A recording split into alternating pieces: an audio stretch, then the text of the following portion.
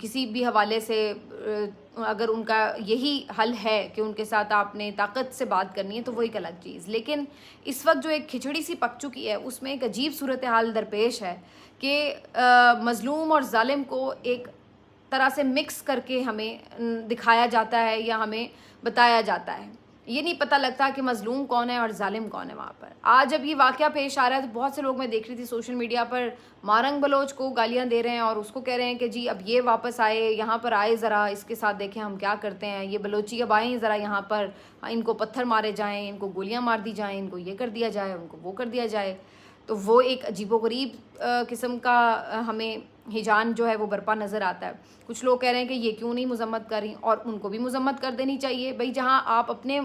مظلوموں کے حق میں بات کر رہے ہیں اور اپنے مسنگ پرسنز کی بات کرتے ہیں, یہاں سے بہت سے پنجابی آپ کو سپورٹ کرتے ہیں کہ بالکل ان کے ساتھ زیادتی ہوئی ہے, تو آپ بھی جو پنجابیوں کے ساتھ ہو رہا ہے اس کے اوپر آپ بھی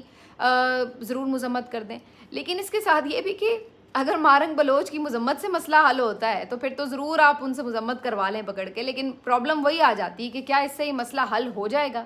دیکھنے کی بات یہ ہے. تو جب تک اس پورے مسئلے کو سیاسی طور پر نہیں انگیج کیا جاتا, یہاں پر حالات ہمیں مسلسل کشیدہ ہی نظر آ رہے ہیں. کیونکہ جو اس میں اوور آل ہم نے دیکھا ہے کہ ایک طاقت کے استعمال سے اس پورے صوبے کو مینیج کرنے کی کوشش کی جاتی ہے, وہ کم از کم آج کی تاریخ تک تو ہمیں کامیاب ہوتا نظر نہیں آ رہا. جو اس کی بلوچستان کی محرومیاں ہیں وہ اپنی جگہ برقرار ہیں, جو اس کی پسماندگی ہے وہ اپنی جگہ برقرار ہے, جو وہاں پر ریاستی مسائل ہیں وہ اپنی جگہ برقرار ہیں, اور اس کے ساتھ ساتھ اب ہم دیکھ رہے ہیں کہ اس کا جو ایک فاصلہ ہے دوسرے صوبوں کے ساتھ وہ کس طریقے سے بڑھ رہا ہے. تو یہ ایک بہت خطرناک سچویشن ہے. لیکن اب اس کے اوپر یہ سلسلہ ہم مستقل دیکھ رہے ہیں کہ جو ایک فیصلہ غلط لیا جاتا ہے تو اس کے بعد پھر اس فیصلے کو ٹھیک ثابت کرنے کے لیے غلط فیصلے اس کا ایک سلسلہ چل نکلتا ہے, اور وہ پھر ایک ایسے نہج پر آپ کو لے آتے ہیں کہ جہاں پر کسی کے لیے بھی پھر واپسی کی کوئی راہ نہیں رہتی. یہی صورتحال ہمیں مشرف کے دور سے خاص طور پر نظر آتی ہے کہ جب وہ جس طرح سے انہوں نے ایک وہاں پر فوج کشی کی اور اس کے بعد پھر جو صورتحال ہے. تو بہرحال اس حوالے سے پالیسی ابھی تک ریاست کی تبدیل ہوتی نظر نہیں آ رہی, لیکن اس سے ہمیں کوئی فائدہ بھی ہوتا ہوا نظر نہیں آ رہا. اب آ جاتے ہیں اس بات کی طرف کہ عمران خان صاحب نے کیا آج گفتگو کی ہے. جی اڈیالہ جیل میں بڑی امپورٹنٹ گفتگو عمران خان صاحب کی. عمران خان صاحب نے یہ کہا ہے آج اڈیالہ جیل میں سب سے پہلے واضح کرتے ہوئے ایک سوال کے جواب میں کہ سب سن لیں. وہ بار بار بات کی جاتی ہے نا اسٹیبلشمنٹ سے بات چیت, بیک ڈور رابطے یہ وہ, تو انہوں نے کہا جی سب سن لیں, میری اسٹیبلشمنٹ سے کوئی بات نہیں ہو رہی, کوئی ڈیل نہیں ہو رہی. اگر کوئی بات ہوگی تو وہ اس ملک کے آئین کے تحت ہوگی اور اس ملک کی بہتری کے لیے ہوگی اور اس ملک کی بقا کے لیے ہوگی. وہ میری کوئی ذاتی کسی قسم کی نہ لڑائی ہے, نہ میں کسی ذاتی مفاد کی خاطر اس سے بات کروں گا. جو کوئی بات ہوگی اگر کبھی ہوئی تو وہ ملک کے لیے ہوگی. اور عمران خان صاحب یہ بات آج واضح طور پر کہہ رہے ہیں کہ ان کی کوئی بیک ڈور کسی قسم کی ڈیل جو ہے وہ اسٹیبلشمنٹ کے ساتھ نہیں ہو رہی. اب یہ جو عمران خان صاحب نے پچھلی گفتگو میں تاثر دیا تھا کہ ان سے کسی نے رابطہ کیا اور انہوں نے جلسہ ملتوی کیا, یہ کسی حد تک یہ سوال اٹھایا جا سکتا ہے کہ یہ تو اس کی اپنی ہی بات کی کانٹرڈکشن محسوس ہو رہی ہے, کیونکہ پی ٹی آئی کی طرف سے تو یہی تاثر بنایا جا رہا ہے کہ اسٹیبلشمنٹ کی طرف سے رابطہ کر کے یہ جلسہ ملتوی کرنے کے لیے کہا گیا. لیکن عمران خان صاحب آج یہ کہہ رہے ہیں کہ کوئی بات چیت اسٹیبلشمنٹ سے نہیں ہو رہی. تو اس سے بظاہر یہ لگتا ہے کہ اگر کوئی بات چیت شروع ہوئی بھی ہے یا کسی حد تک بھی تھی تو اس کو ابھی تک کوئی پازیٹیو آؤٹ کم اس کا نظر نہیں آ رہا. اس وجہ سے فی الحال اس کے اوپر کسی نے بھی اس کو یہ نہیں مانا کہ ہاں بات چیت ہو رہی ہے, کیونکہ جو اسٹیبلشمنٹ کے توسط سے بھی لوگ خبر دیتے ہیں وہ بھی یہی کہتے ہیں کہ عمران خان سے کوئی بات نہیں ہو رہی. اور عمران خان صاحب نے بھی آج اس بات کو یہی کہا ہے کہ کوئی اس میں حقیقت نہیں ہے. جہاں تک میری ذاتی رائے ہے, میرے خیال سے رابطے تو کہیں نہ کہیں ہو رہے ہوتے ہیں, لیکن جو ڈیل جس کو کہا جائے کہ جی معاملات طے پا گئے ہیں وہ کسی طرف نہیں. رابطہ تو ہوتا ہے لیکن طے کچھ نہیں پایا. تو بظاہر عمران خان صاحب یہ آج کلیئر کر رہے ہیں کہ کچھ طے نہیں پایا ہے. اس کے بعد عمران خان صاحب نے آج خاص طور پر جو ان کا جیل عملہ تبدیل کیا گیا, یہ بھی کوئی کل رات گئے خبر آئی تھی کہ عمران خان صاحب کے جو لوگ ان کو وہاں پہ سروسز مہیا کرتے ہیں, کھانا پہنچاتے ہیں یا چیک کرتے ہیں یا ان کے ساتھ جو ان کی ڈیلنگ ہوتی ہے ان کے پھر کچھ افسران کو، جیل کے افسران کو اور ملازمین کو تبدیل کر دیا گیا ہے، اور یہ رات گئے PTI کے وکیلوں کی طرف سے بھی بتایا گیا تھا، اور اس پہ تشویش کا بھی ان کی طرف سے اظہار کیا گیا تھا، کیونکہ ان کا یہ کہنا تھا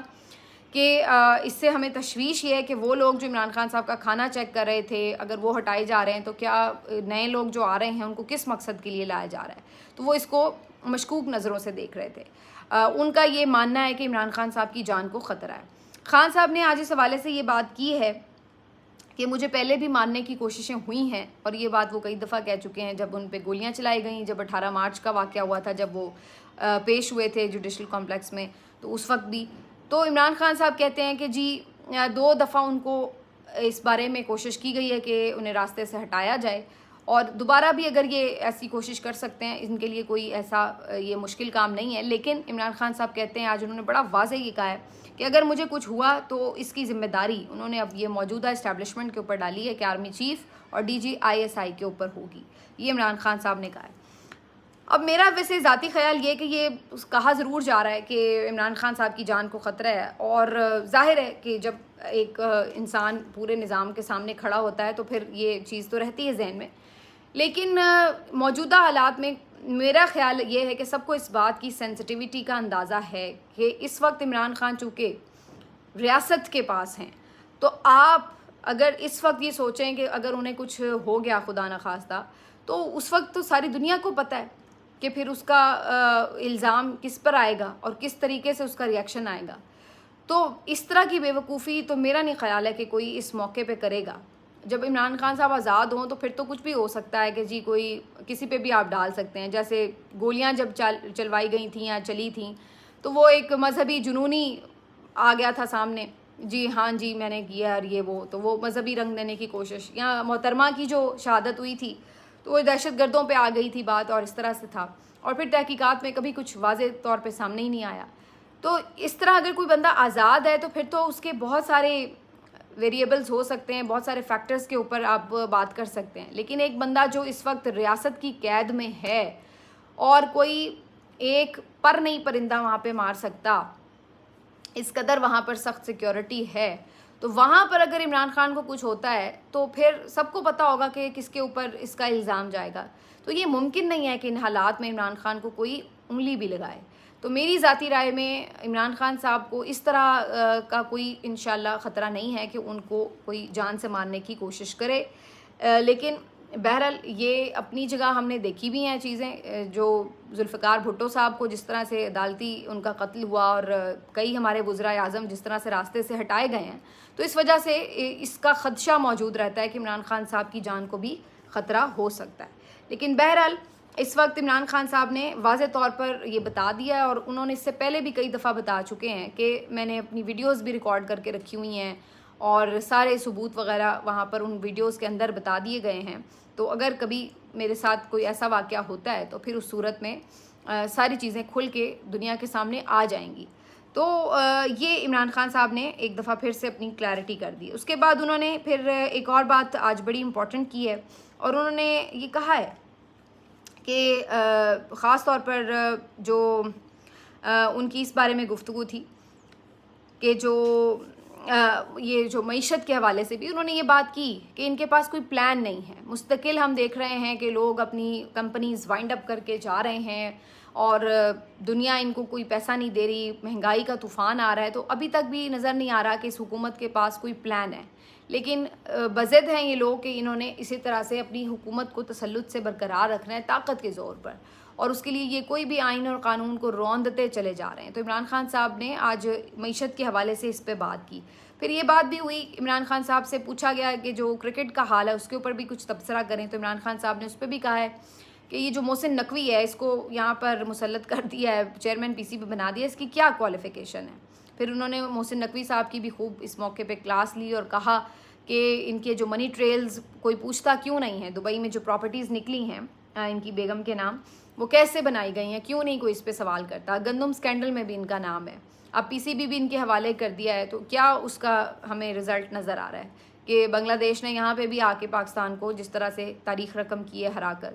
تو یہ سب اسی کا شاخسانہ ہے کہ جب آپ میرٹ کو ایک طرف کر کے سیاسی بنیادوں کے اوپر عہدے بانٹتے ہیں تو پھر یہی صورتحال ہوتی ہے جو اس وقت ہمیں نظر آ رہی ہے. تو یہ بھی انہوں نے اس پہ آج کہہ دیا ہے. باقی آج عمران خان صاحب نے پھر یہ بات کی ہے کہ مجھے ملک کی فکر ہے اور میں چاہتا ہوں ملک کے ادارے مضبوط ہوں.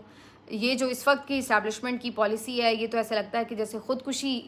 کرنے جا رہے ہیں. تو انہوں نے یہ بھی بات کی ہے کہ یہ سراسر نقصان پہنچانے والی ساری کیفیت ہے.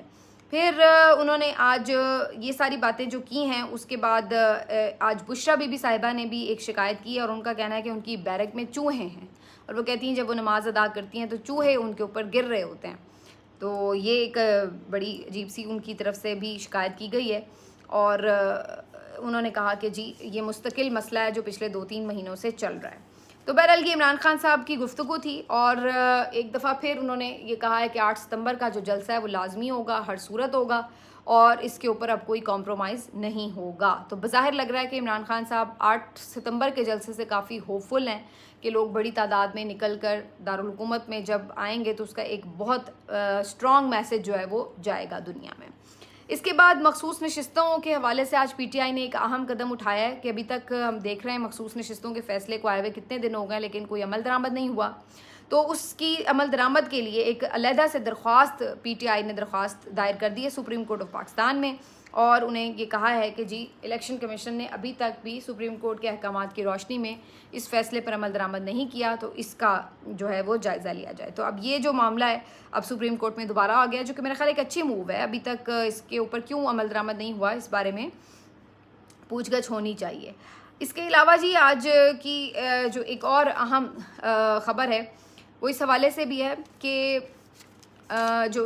اس میں پی ٹی آئی کی طرف سے جو یہ فیصلہ کیا گیا ہے اس کے بعد علیمہ خان صاحبہ کی بھی ایک گفتگو جو ہے وہ میں آپ کے ساتھ شیئر کرنا چاہتی ہوں. علیمہ خان صاحبہ نے بھی آج بار بار جو ان کو سیاست میں انوالو ہونے کے حوالے سے بات کی جا رہی ہے اور ایک کافی ہم دیکھ رہے ہیں ٹاک شوز میں ڈسکشن جاری رہی کہ علیمہ خان لیڈ کر رہی ہیں اور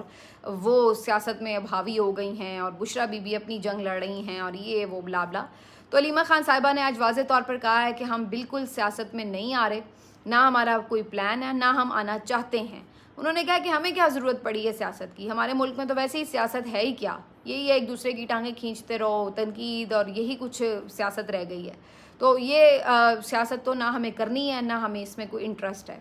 ہم جو بات کر رہے ہیں ہم صرف جدوجہد کر رہے ہیں. جو ہمارا بھائی ہے وہ اس وقت مشکل میں ہے اور وہ ایک جدوجہد کر رہا ہے تو ہم اس کے ساتھ کھڑے ہیں. تو وہ ہم کھڑے ہوں گے ہر صورت کیونکہ وہ ہمارا بھائی بھی ہے، ہمارا لیڈر بھی ہے اور ہم سمجھتے ہیں کہ وہ ہمارے ملک کے لیے ضروری ہے تو ہم اس لیے اس کے ساتھ کھڑے ہیں. تو اگر کوئی اس کو یہ سمجھ رہا ہے کہ ہم کوئی سیاست کر رہے ہیں تو ہم سے آپ بالکل خوفزدہ نہ ہوں، بلکہ ہمیں میسیجز بھی پہنچائے جاتے ہیں کہ آپ سائڈ پہ ہٹ جائیں، آپ کو یوں کر دیا جائے گا، وہ کر دیا جائے گا، ہمارا پیچھا کیا جاتا ہے. تو انہوں نے اس پہ بڑا categorically loud and clear message دیا ہے کہ نہ ہم سیاست کریں گے، نہ ہمارا سیاست میں آنے کا کوئی ارادہ ہے. ہماری جو ساری فائٹ ہے وہ صرف اپنے بھائی کے لیے، اس کی جان کی حفاظت کے لیے، اس کی رہائی کے لیے اور وہ ہم کرتے رہیں گے، اس سے آپ ہمیں منع نہیں کر سکتے. تو کافی حد تک انہوں نے ایک بڑا منہ توڑ جواب دے دیا ان تمام لوگوں کو جو یہ سمجھ رہے تھے کہ جی پارٹی اب علیمہ خان چلا رہی ہیں اور یہ وہ پتہ نہیں کہاں سے کہاں بات کو لے جایا گیا ہے. یہ بات تو ہو سکتی ہے کہ کوئی کسی کا فیوریٹ ہو، کوئی کسی کے زیادہ قریب ہوتا ہے اور ویسے بھی جب اس وقت وکیلوں کا بہت زور ہے پی ٹی آئی میں اور اتنے کیسز چل رہے ہیں اور بہنوں پہ بھی چل رہے ہیں اور بیوی پہ بھی چل رہے ہیں اور عمران خان پہ بھی چل رہے ہیں تو سارے آپس میں ایک جیسے ہی سچویشن سے چونکہ گزر رہے ہیں تو وہ تو آٹومیٹکلی اس سیاسی انتقامی کارروائیوں کا نشانہ بن رہی ہیں. تو اس صورت میں آپ ان کو یہ کہیں کہ جی وہ کوئی بات ہی نہیں، ظاہر ہے وہ تو پھر آ کے ان سے جو پوچھا جائے گا کہ جو ایک موقف ہے وہ لیا جاتا ہے وہ پھر دیتی بھی ہیں. لیکن ایسا نہیں ہے کہ وہ کوئی الیکشن لڑنے جا رہی ہیں یا وہ کوئی عہدے سنبھال رہی ہیں. تو ایسی کوئی سچویشن جو ہے نہ پہلے تھی نہ ہے اور نہ عمران خان اس چیز کو الاؤ کریں گے. عمران خان صاحب اس بارے میں کافی کلیئر ہیں. اگر ایسا کرنا ہوتا تو عمران خان صاحب جب جیل میں آئے تھے اس وقت بھی عمران خان صاحب فوراً علیمہ خان صاحبہ کو نامزد کر سکتے تھے کہ جی وہ دیکھ لیں معاملات کو، لیکن اس وقت بھی انہوں نے ایسا نہیں کیا بلکہ بیرسٹر گوہر صاحب کو چیئرمین بنایا اور باقی جو لوگ تھے وہ سامنے آئے. تو اگر انہوں نے ایسا نہیں کیا تو وہ اب ایسا کیوں کریں گے؟ تو یہ ان کی اپنی ایک جو فلسفی ہے جس کی وہ ہمیشہ اظہار کرتے ہیں کہ وہ موروثیت کے خلاف ہیں. تو وہ سمجھتے ہیں کہ اگر وہ ایسا کریں گے تو وہ اپنی ہی کہی ہوئی بات اور اپنے ہی بنائے ہوئے اصول کے خلاف جائیں گے. تو یہ جی ساری صورتحال ہے. کچھ مزید خبروں کے ساتھ اگلے ولاگ میں ملتے ہیں. اپنا خیال رکھیے. اللہ حافظ.